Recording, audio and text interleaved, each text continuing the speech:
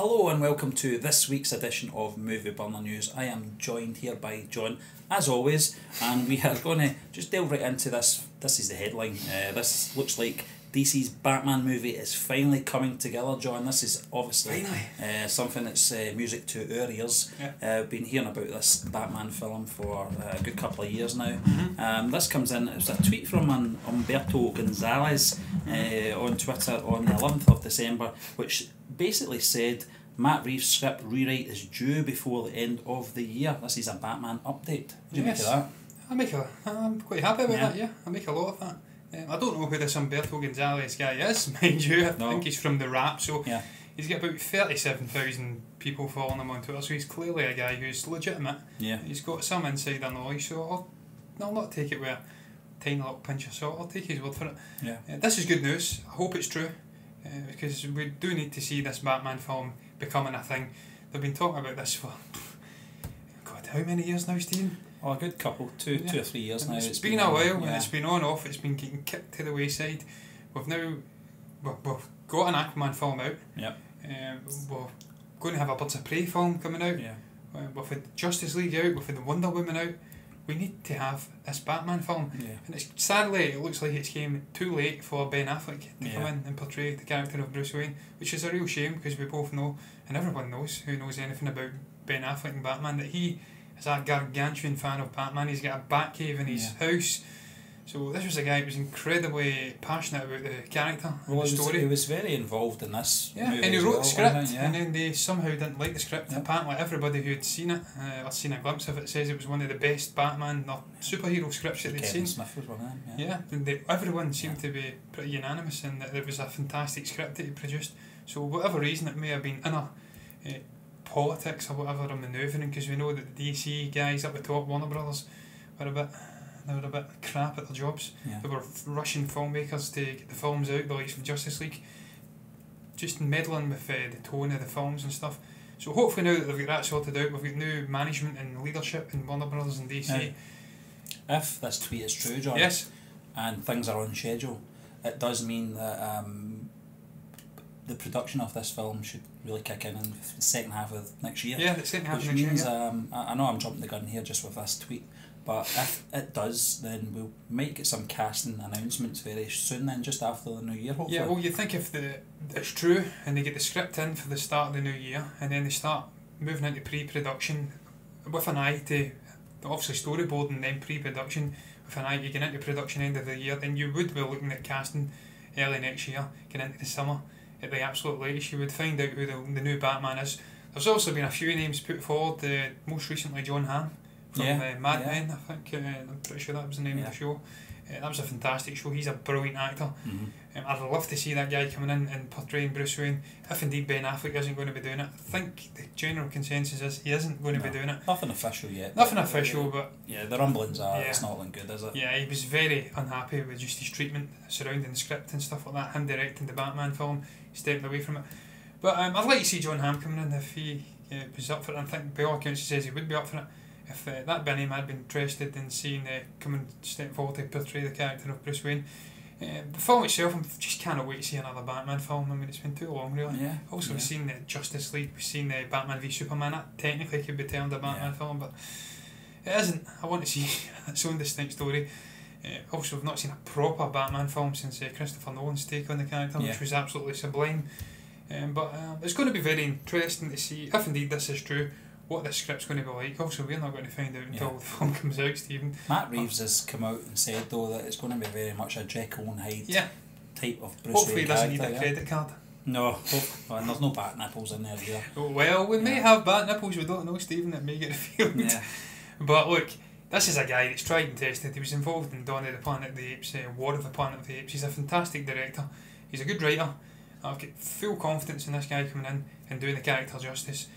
I'm sure he'll cast the correct man as well. He's done wonders with the likes of Jason Clarke in those Planet of the Apes films. Andy Serkis, absolutely outstanding, sublime performance as Caesar.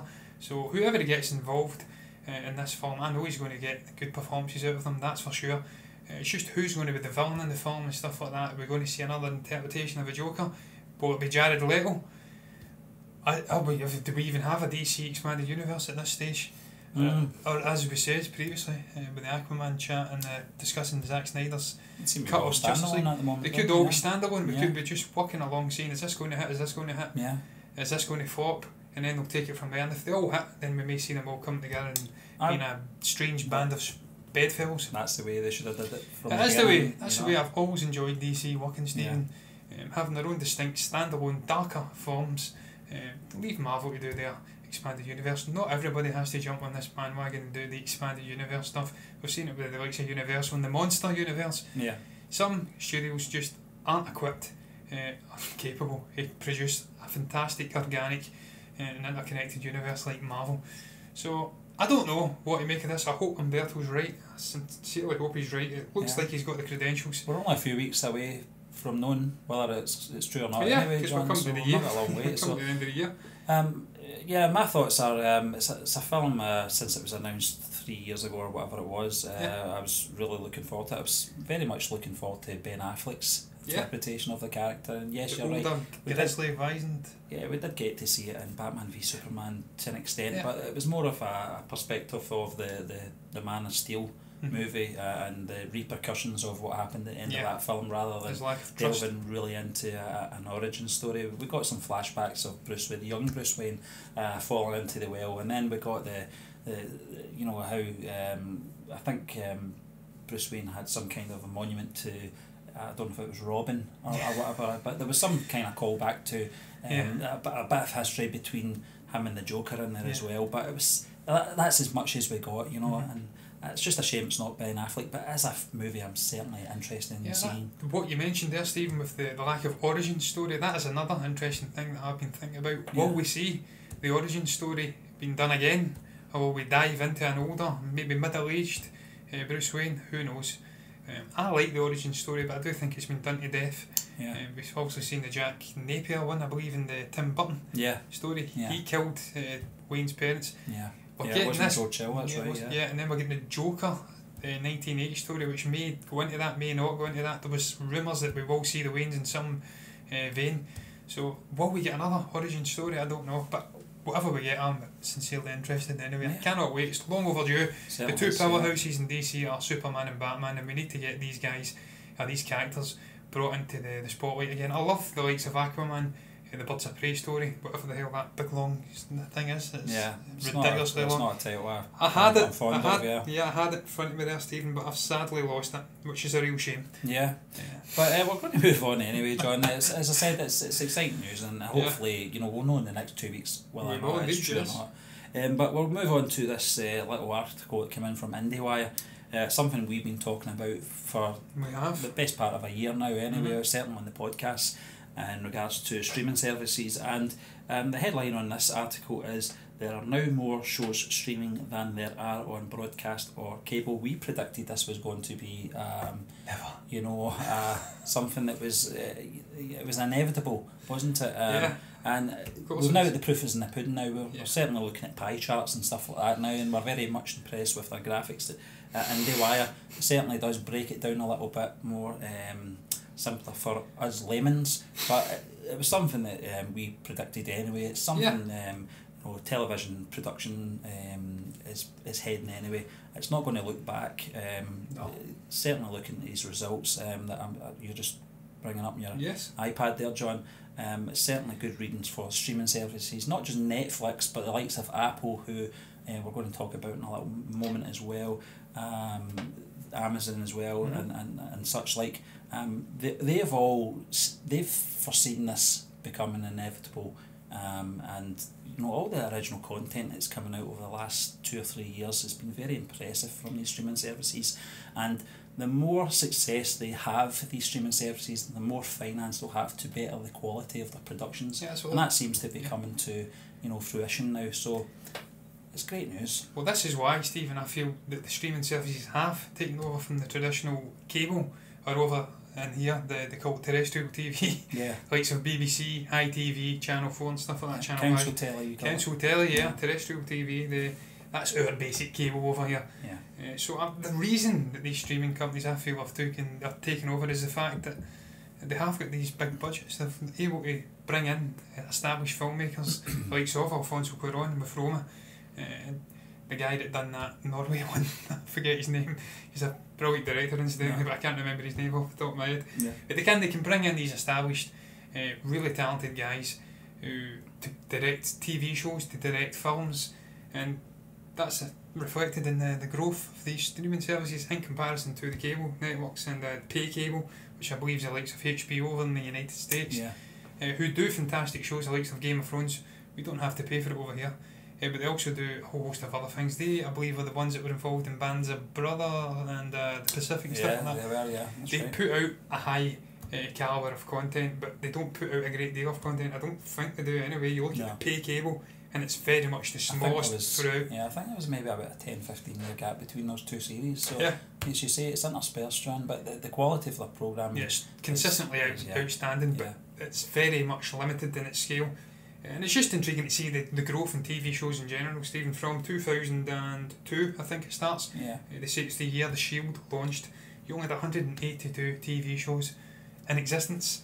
You go right through to 2018, we now have 495 TV shows, original scripted series, they say. So it just shows you this truly is a golden era for TV. It's been said time and time again, but it really is. And I say as previously, I don't know if it was on a video show or an audio show, I think we're going beyond the golden era of TV. That's kind of a suggestion that this is going to be a blip, that we'll go back to the tradition of going to a theatre and they're going to take over from TV shows again. I don't think this is a blip. I think this is going to be the norm going forward. I think the reason both of us agree on that, John, is because more importantly, the audience are more conditioned now than they were 5 years ago to accepting certain productions appearing on television, and the proof is in the pudding with the likes of The Mandalorian and this Rogue One sort of themed television series that's going to be coming on Disney next year. Well, not Rogue One, The Mandalorian, that is. Star Wars fans are very fickle, and for a long time, if it wasn't in the cinema, it wasn't acceptable. But the feedback since Jon Favreau's team that he's putting together for this Mandalorian, it's been positive all the way. I don't think there's been many people that have knocked it to say that Star Wars shouldn't be on television in any sort of form, but I think they did the right thing with the animated series. They conditioned Star Wars fans a very long time ago, back in 2003 with the Clone Wars, etc.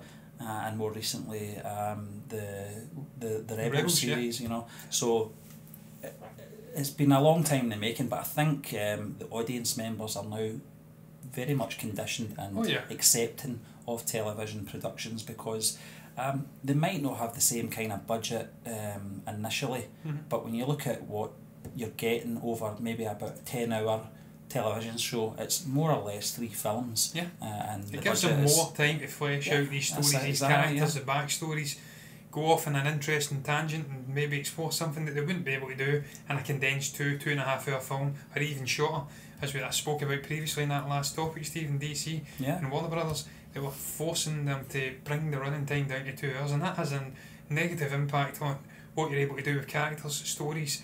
And you can get away with so much more. You can do and expand out more on the side arcs and stuff like that. It works for Luke Cage, it works for Jessica Jones, etc. These sort of film, not so much Iron Fist, but the Gotham series as well is fantastic, and certainly something that I didn't think I'd be interested in, the story of Jim Gordon. It didn't really appeal to me. I just wanted to see Batman, but it's a fantastic series, and you're right, John, it gives... and that's a perfect example, Stephen, because you've got the growth, the literal growth of Bruce Wayne from a young boy, his relationship with Alfred, and that expanding out slowly over a number of series. It's something you wouldn't be able to do on a TV show. Although I do recall there's a film that was in production over I think 10 years, and they used the same people growing up, so that was very intriguing. I can't remember what it was. It was an intriguing concept. Sadly, that is not the norm though. You can do that in a TV show over a number of years. And it's interesting to just look at almost from the outset of Netflix coming in. I think it was 2012, 2013. They may have made the conversion to digital streaming instead of just mailing out DVD and doing their own original content. That's when it really exploded. So you're seeing it more and more with Amazon, Hulu, Netflix. Now Disney are doing their own show, streaming service. I think Warner Brothers and DC have done their own streaming service.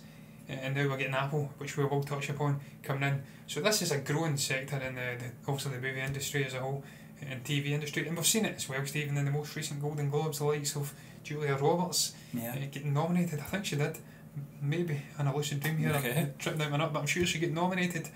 So it shows you the calibre of actors and actresses you've got coming in to do TV now. It's not getting that stigma. Amy Adams, Ewan McGregor in Fargo. There's just a whole host of big names. I think we've seen it with Idris Elba actually starting off in TV shows and then making the jump over to obviously traditional cinema work. So they're going back and forth. There's no stigma there, and that's because of the rise in that sector, the likes of Netflix, and the preconditioning of audiences now, as she says.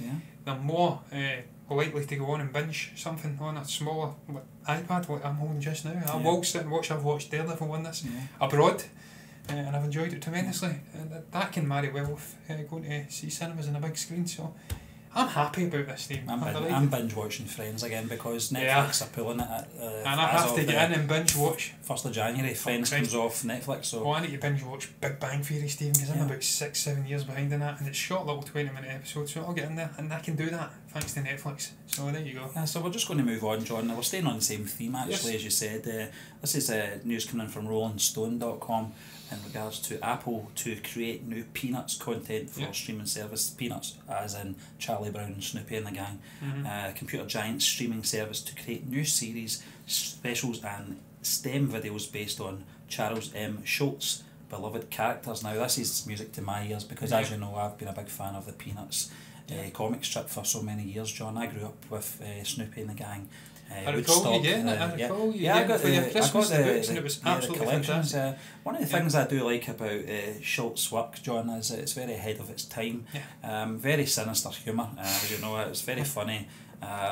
What he can compact into a storyline just using maybe about 4 or 5 little windows in that comic strip is phenomenal. It's an art form. And I'm very glad to see that Apple are going to be bringing this to the small screens in their streaming service, because it was one of the things we talked about, I think possibly on a very early podcast in regards to the different streaming services that were coming to the forefront, and Apple surprisingly have just went about their business. There's not really been much about their own original content. Certainly this is not original content, this is something completely different, but we looked at this article and some of the stuff that was going to be coming on Apple, and that certainly intrigues me as well, because for a very long time I was very much just blinkered with I'm getting Disney and sod the rest of it, you know, but after reading this article I'm very intrigued. Absolutely. I mean, you look at the article, Stephen, as you did say, they're going on to some of the ventures they're going to begin off on, the likes of late George Michael.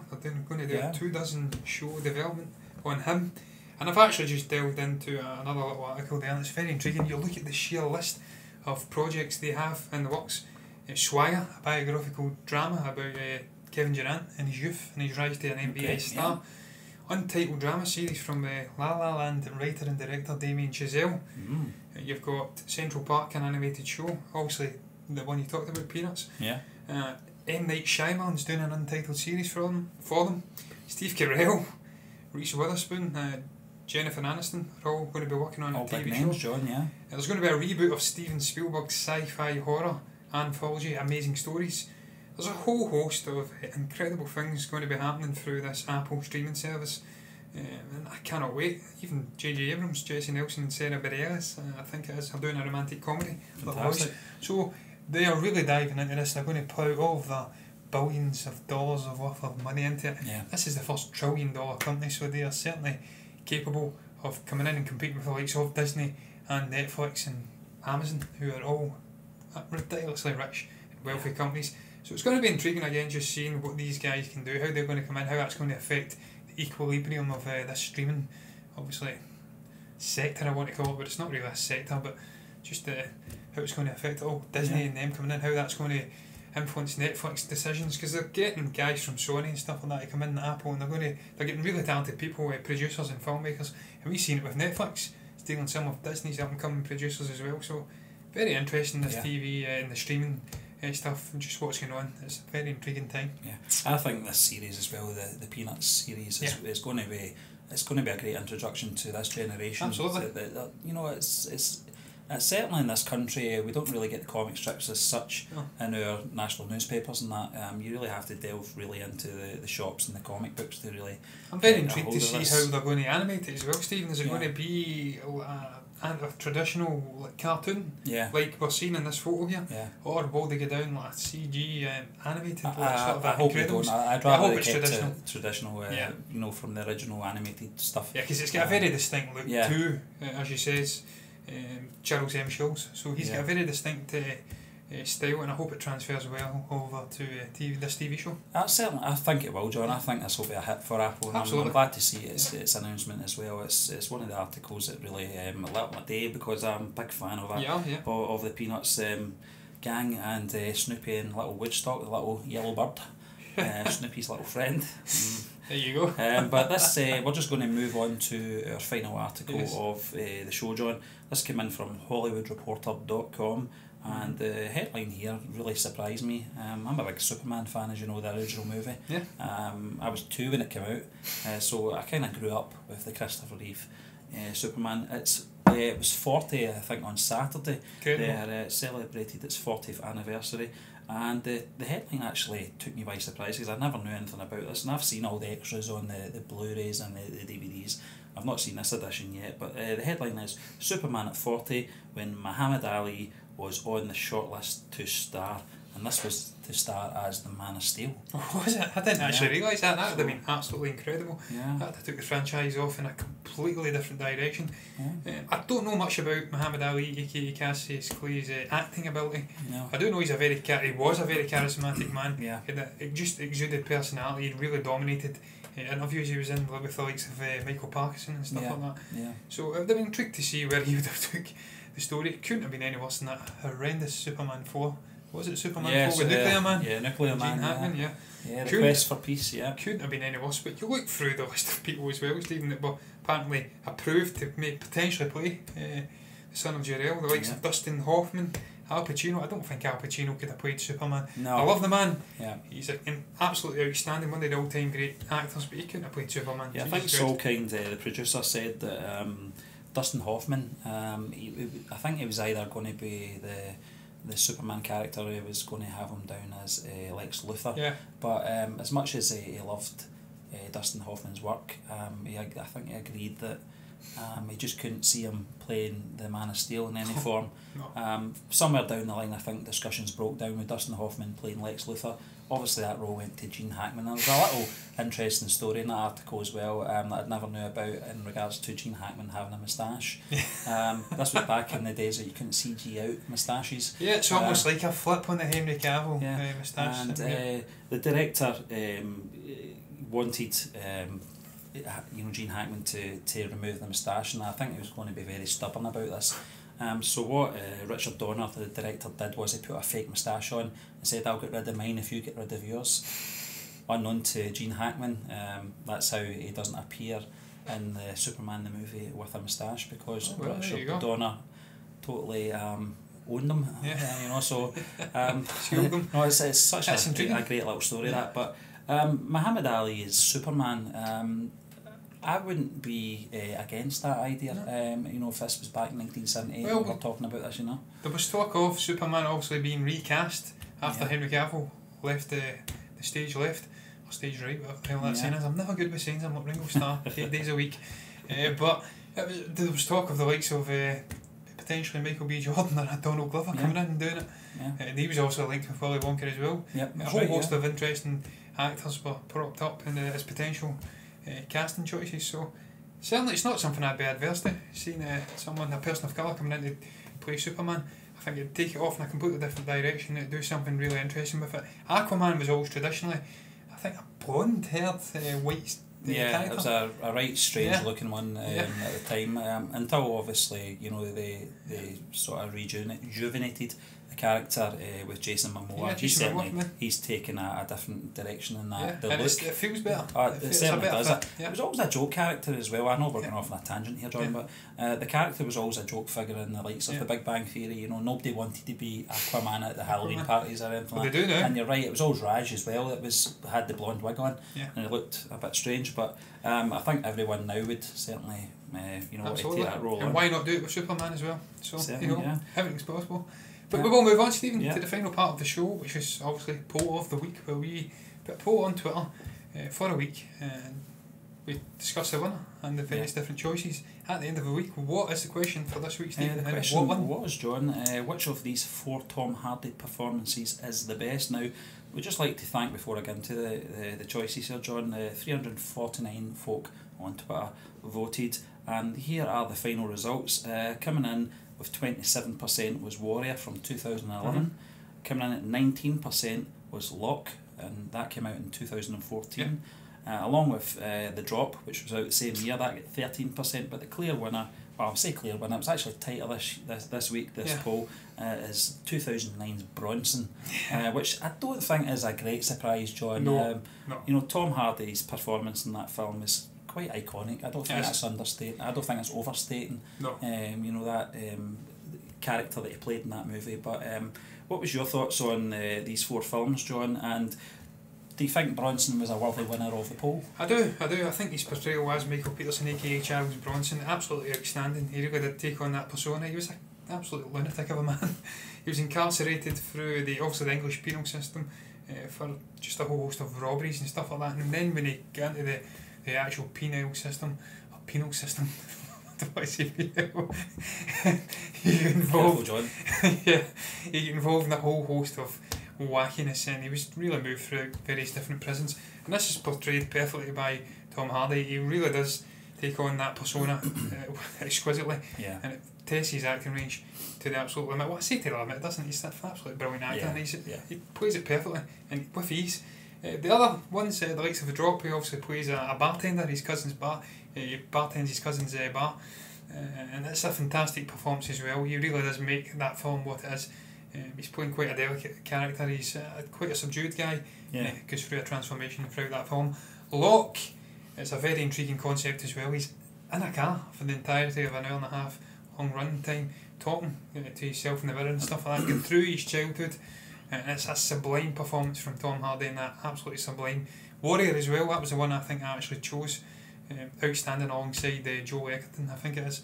Pretty sure it's Joel Edgerton. Don't count me on that one though, but pretty sure though those are 2 warring brothers that have obviously been estranged and they come together in memorable circumstances. It's a sort of a UFC sports type film, but it's got a punch and some amazing drama in it as well, and utterly sublime performances through all 4 of those films. But I think Bronson's definitely a worthy winner. I mean, he's outstanding. There's a couple in there that could have made it, but sadly didn't. The likes of his character in Inception, and obviously, and I think someone said Mad Max Fury Road, that was on the precipice of making the poll, but I thought those performances in The Lock, The Drop, Bronson and Warrior were these outstanding performances. Characterisations, the likes of the character of Inception and the Dark Knight Rises as well, you know, playing Bane, which was it was fantastic match as well, but as you said, I think the choices there were perfect for the poll and served its purpose. Incidentally, I went with Bronson because I thought that was a fantastic performance from Tom Hardy. I think that was the actual first film I saw him starring. It certainly has left a mark with me, but that brings us to the end of this week's Movie Burner News, John. We'd just like to thank you once again for tuning in, and if you wouldn't mind just hitting that little subscribe button down in the corner there, that is greatly appreciated, and we will be back again tomorrow with the blog rundown.